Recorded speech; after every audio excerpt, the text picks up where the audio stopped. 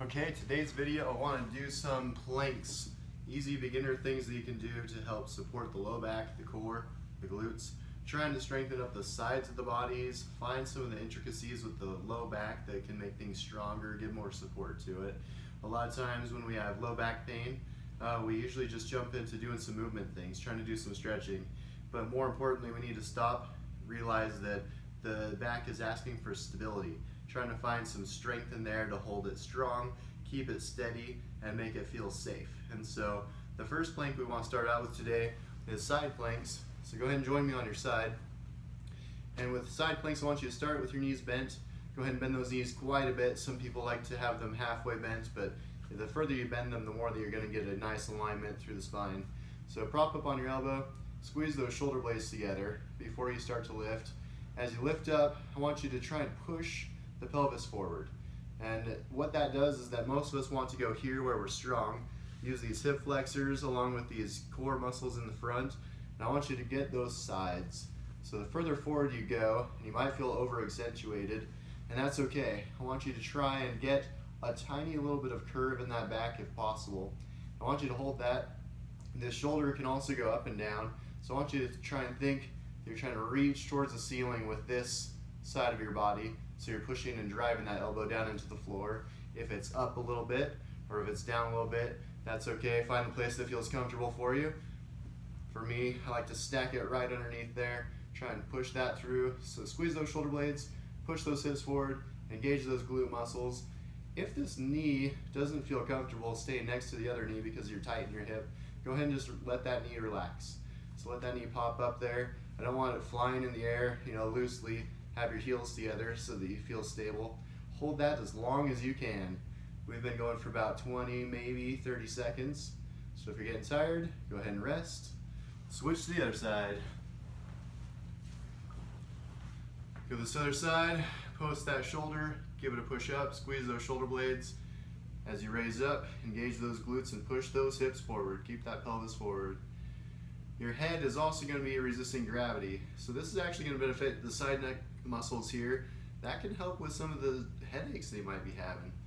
So holding that, you can do whatever you want to with this arm. A lot of times I just put it on my hip, let my elbow rest back behind me. That encourages me to want to push those hips further forward, keep them where they're supposed to. You can go high, you can go middle, you can go just a little bit low.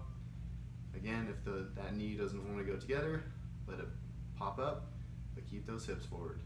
Keep checking yourself, keep engaging those glute muscles, keep engaging those shoulder blades, drive that elbow down into the floor, and hold for about 20 seconds or more, and there's your side planks. If you felt like that was too easy, you're ready to do a little bit more, go ahead and do 2 sets of those. Once you feel like you've advanced there, do 3 sets of them. Once you've gone through 3 sets of them, and after a couple weeks you're feeling strong, feeling comfortable, confident, you can go ahead and graduate to doing a side plank with those legs straight. Again, push those hips forward, keep those shoulder blades back in squoze.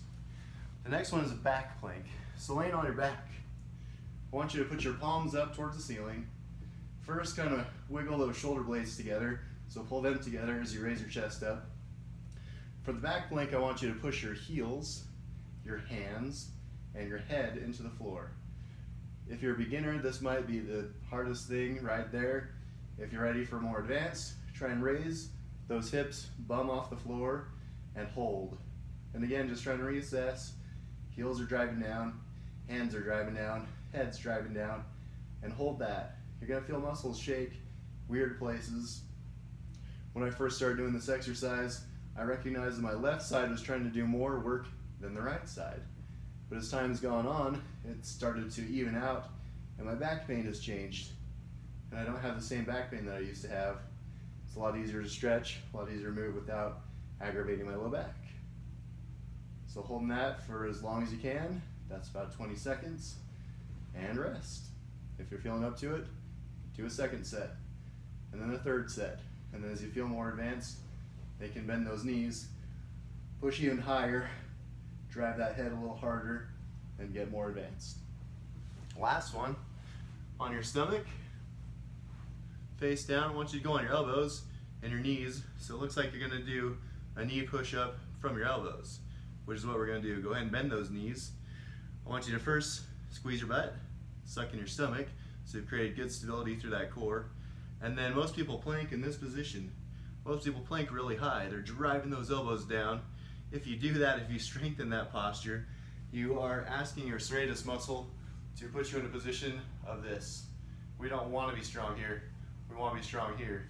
We want to train this serratus muscle here on the side and recognize that that's a mover muscle as well as a dynamic stabilizer. So squeeze those butt muscles, suck in your stomach. I want you to go as far as you can down through your shoulders and chest, and as high as you can through those shoulders. And just doing that motion is called a serratus push-up, or a shoulder push-up, or an elbow push-up. And just going all the way through that motion to strengthen that serratus muscle, some pectorals as well.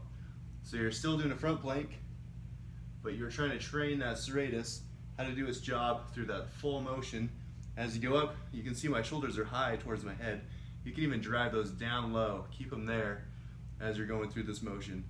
Some of you, as you start this, might feel really restricted, like you're not going very hard, very far. You might feel like you just want to be moving your head up and down, but this is through the shoulders, through those scapula bones, and just trying to strengthen all those back muscles and chest muscles that have to do with your posture.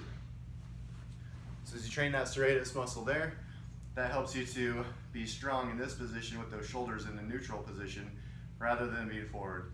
So if you're doing your planks all the time like this, just really driving those shoulders and elbows forward, we don't need that posture. We need to be here neutral. So there's your 3-4 plank positions, both sides, your back and on the front.